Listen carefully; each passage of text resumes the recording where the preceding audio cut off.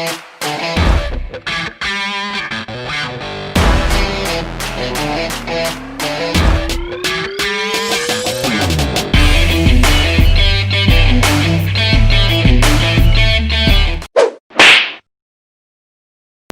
tayong oras, no? Wala lang.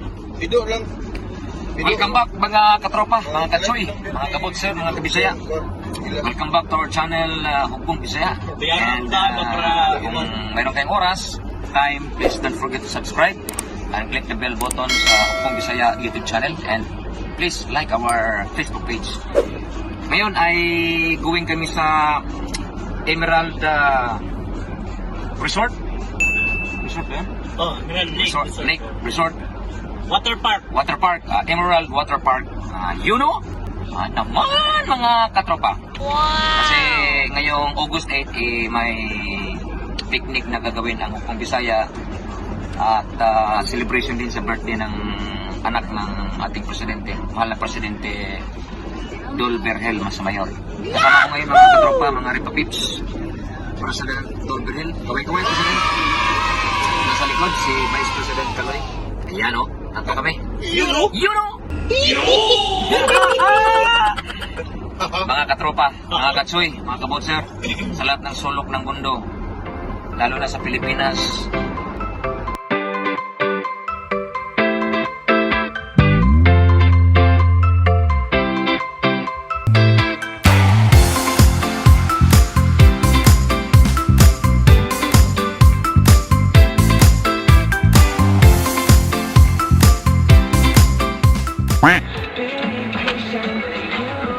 Welcome to Emerald Video. Welcome Emerald Lake. O, dera, mga kabisaya, nanami diri sa katong propose venue na to nga i-held tong atong next panagtigom sa Hukbong Bisaya karong pizza Agosto 8, Sabado. Konsa? Hindi mga brill. Nahanap ko ng sada. Park in campers and President Water Lane only. Mga kabisaya, mga katropa, katsoy, nanami sulod sa Emerald Resort. Resort ba to, Pres? Lake. Emerald Lake Resort, no?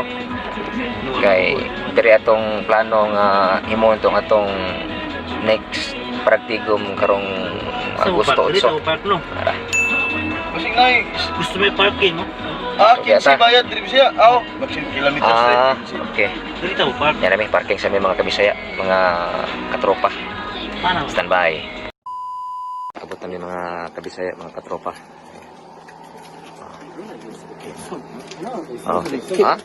Ay, thank you ma'am. Sabel. Thank you. Ito yung opisina mga katropa. Yan, in-exit na namin yung van. Babayad na kami. Thank you. Standby. Okay. Pa-reserve na kami mga katropa. Just have the 9 left? Umana number. Hindi, ha? Imo mang kon.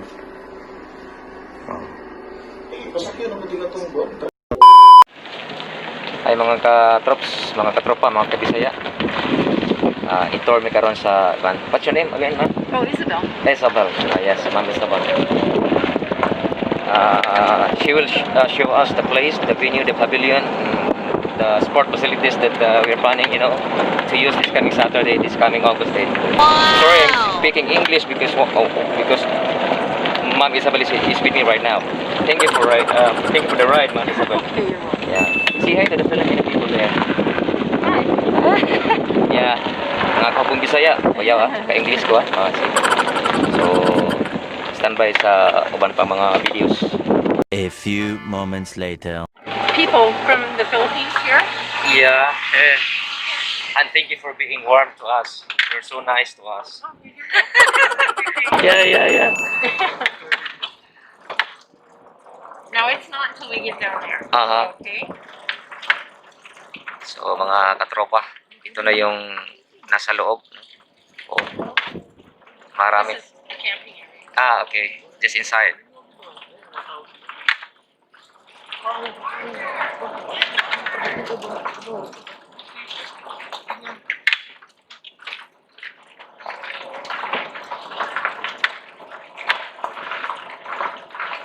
How many years this park started to operate, Ma'am Isabel? How many years from now? We've had it for 41 years. Wow.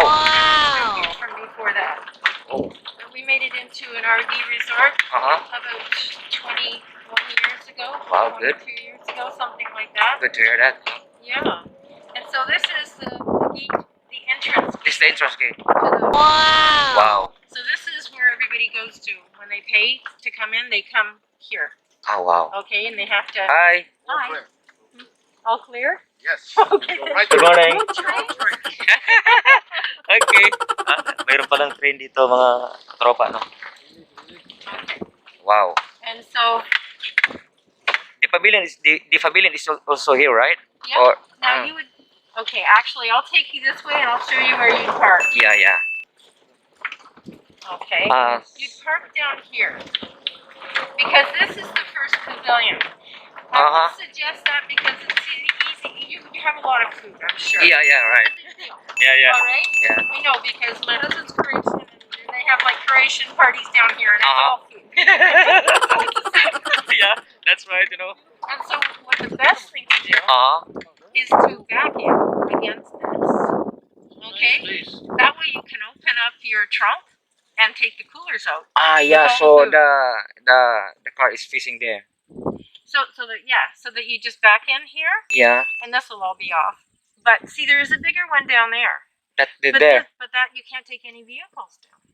That's right. Yeah. So, kabisaya, The So biggest this- is okay to park here? oh, sabi ni Madam Isabel, mas okay dito mga katropa kasi yung dito na yung huli. Para dali lang ang baba ng mga pagkain. Okay. All right, and right along. And it's best to keep everybody together Yeah. because that way at least you're all here. Yeah, it's Okay. quite The pavilion? This is the pavilion. Okay. So I think that there's a water area over there and there's electricity. What about the washroom? I think is It's closest to not there. far.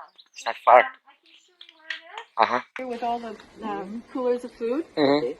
Take them out, put them on the picnic table. It's easy to It's much easier. It's quite far in there. You'd be, Yeah. because you'd be schlepping all that stuff down. Yeah, it's true. But it is not fun. Okay. Wow. So this would be the one to get. It's the older one, and it's not quite as big as that one, but it's easier. Yeah, Okay, easier, yeah, it's here. Yeah, that's right. It's better for us. Yeah. Yeah. And the older Croatian people, like they're in their 80s and 75, so they all have bad hips Correct. and everything. Okay.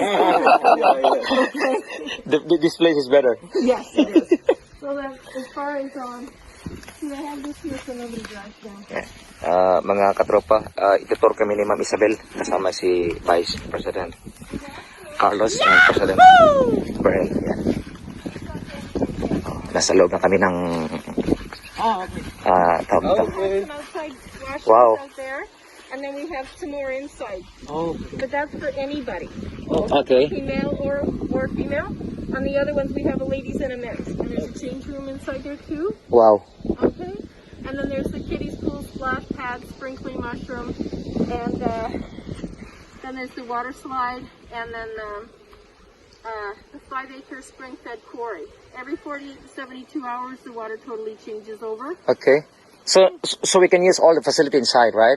During that day. Use those Haha. facilities. What yeah, what about the basketball court, by the way? Which area we can go? There's there. This one. Yeah, there's good. one there. Now, Okay. it's not exclusively for anybody in particular. It's for everyone to share. Okay. Okay, then. So there's volleyball. You can't take all three of them. Okay? That way other people have a Sala chance siguro. to use it too because there will be other people on the beach. I saw a basketball court there just near in the office. Can we use that one also, if possible? No. We cannot use that one. No, that's not for that's not for people from the day. It's only for our campers, the people that stay overnight. It's for them. The same with the skate park and the same with the indoor pool. Okay. The indoor pool is only for the campers. The people that are camping in that area Yeah. are seasonals. Ah. The people that come in for the day, they pay to come down here. Okay. Anyway, we have to go back Yeah. because we're short-handed. Yeah. Sorry for taking you. That's all right. White kitchen catchers that you can tie up. The big black ones don't fit in there. Yeah, the small one. Only the white one. Only the smaller white ones or the Fortino's bags or, you know, something like that. Yeah, yeah. No frills bags. Not this High black. at the top. Nothing small. Okay. Nothing big. Just the small one. Okay. Okay. They do that because they don't want anybody leaving it on the outside. Okay. It all has to go inside because they clean it all the time and we don't want any skunks and raccoons. Oh. Because to them, getting into yummy food, They like it. They love it. Kaya ako nga. Si Presidente at saka si Vice, ano? So, we're... I know some of the creations when they come, they do one of those big, huge coffee pots. Yeah. You know, they plug it in, and you do that up there. Yeah. Because coffee is important. Yeah, of course. Okay then, here we Thank you so go. much. So, Ma'am Isabel is, give us a tour, inside and show us the pavilion that we will use this coming Saturday, August 8th. And that day is the birthday party of President Berhel's son. Ano pangalan ito? Pangalan, Pres? AJ.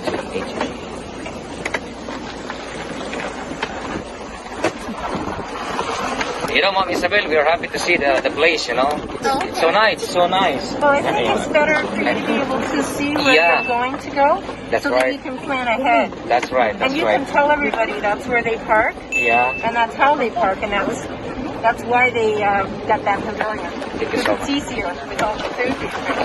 thank you so much for accommodating us. Sunod mga katropa, drive-ban ko siguro ay tigitan lang. It's easy to drive. Not so, Oh, it's nothing. Wow. There's a lot of speed bumps all over. They Battery. do that on purpose to keep people from speeding. Correct. Because kids can fly out from anywhere. Yeah, that's right. You can't keep your eyes on them all the time. Yeah. Safety driving is very important to them. The camping area, right? What's that? Is this the camping area? This is the camping area, right? Look, this is camping area. That's for tents. We have RVs and seasonals. We have 200 seasonals.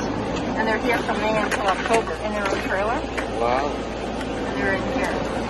Entrance fee for camping is quite different from, all-day tour, right? Yeah, it's a minimum of 2 nights. 2 nights. Yeah.